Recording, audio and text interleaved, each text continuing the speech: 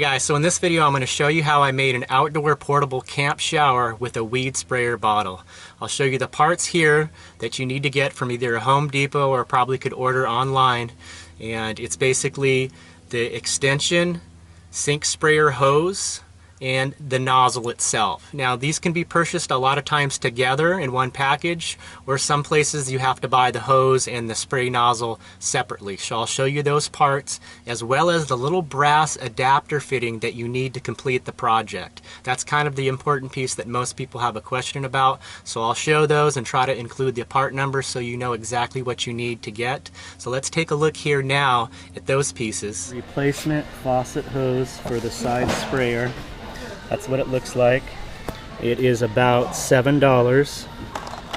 Then you need to get the faucet spray head. It's the part number.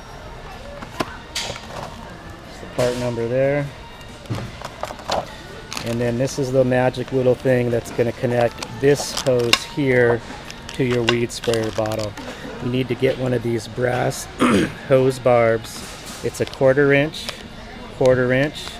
It's a quarter-inch threaded male, and then the quarter-inch barbed end. That's what it looks like.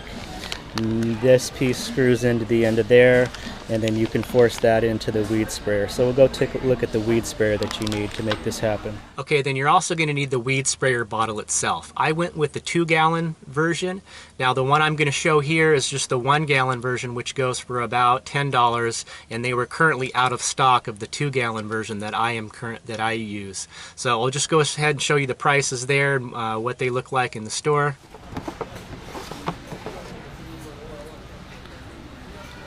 And then they have the 2-gallon one they're out of. That's the one I used. Okay, so now let's get into the assembly. We'll show you step by step how you do it. Should take you less than about 3 minutes to do. Super simple, and it's something that just comes in so handy and it's great to have around. Okay guys, so the first thing you're going to want to do is assemble the hose and the sprayer nozzle. Now, I showed at Home Depot buying these separate. Some locations will actually have these pre-assembled and it's slightly cheaper. These were about $7 a piece, and I actually purchased mine together and I got it for about $12 total, so I saved a couple bucks. So basically it's very simple. The instructions will be on the packaging. You just want to screw on the spray nozzle to the hose, the extension hose. Like I said, even I've seen at some Walmarts they sell these. The important thing is that you make sure that it has the quarter-inch brass threaded, and then it's got a little O-ring in there. This has an O-ring here, so it's all set. So once that's assembled, super simple, your next step would be to get the weed sprayer bottle assembled. So we'll do that. Okay, so the next step is going to be to get your weed sprayer bottle assembled. So basically you want to take the piece of hose that they give you that doesn't have the mister nozzle on it, because we're going to not use the nozzle that the weed sprayer comes with. It's just too fine of a spray, and I haven't really found any uses for it as far as that fine of a mist.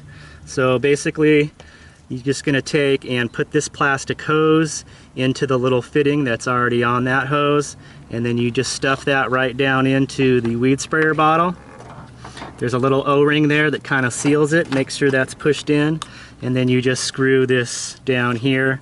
Now your hose is attached properly to the weed sprayer bottle, and now you just have a cut off end here of this hose. So rather than attaching the factory weed sprayer nozzle that it comes with, what we're going to do is we're going to use this adapter here that I showed purchasing at Home Depot. This is a quarter-inch threaded male with a quarter-inch barbed end on it there, and that's the magic little piece that you need. And this is such a low pressure system that you really don't need any hose clamps. It fits in there so tight that it's not going to leak or blow off or anything without a hose clamp. So that's on there. I've got that pressed on there firmly. So what we'll do now is screw this in to our sink sprayer nozzle. Like we said, we already assembled the sink sprayer nozzle, so it's real simple. You could use Teflon tape on this, plumber's tape, but like I said, it's such a low pressure that it's not going to leak. That O-ring in there is plenty, so that just threads on there, super simple. You could even use pliers if you wanted, but I've found that just tightening it hand tight is plenty. It's just not enough pressure to cause any leaks. And that is all there is to it, guys. Super, super simple. So now we have this nozzle here, and we'll just go ahead and pump it up a few times. Make sure that the release valve is closed. You may get a little leakage out the end here because this may not completely shut off. You may have to take your thumb and kind of make sure it's completely off.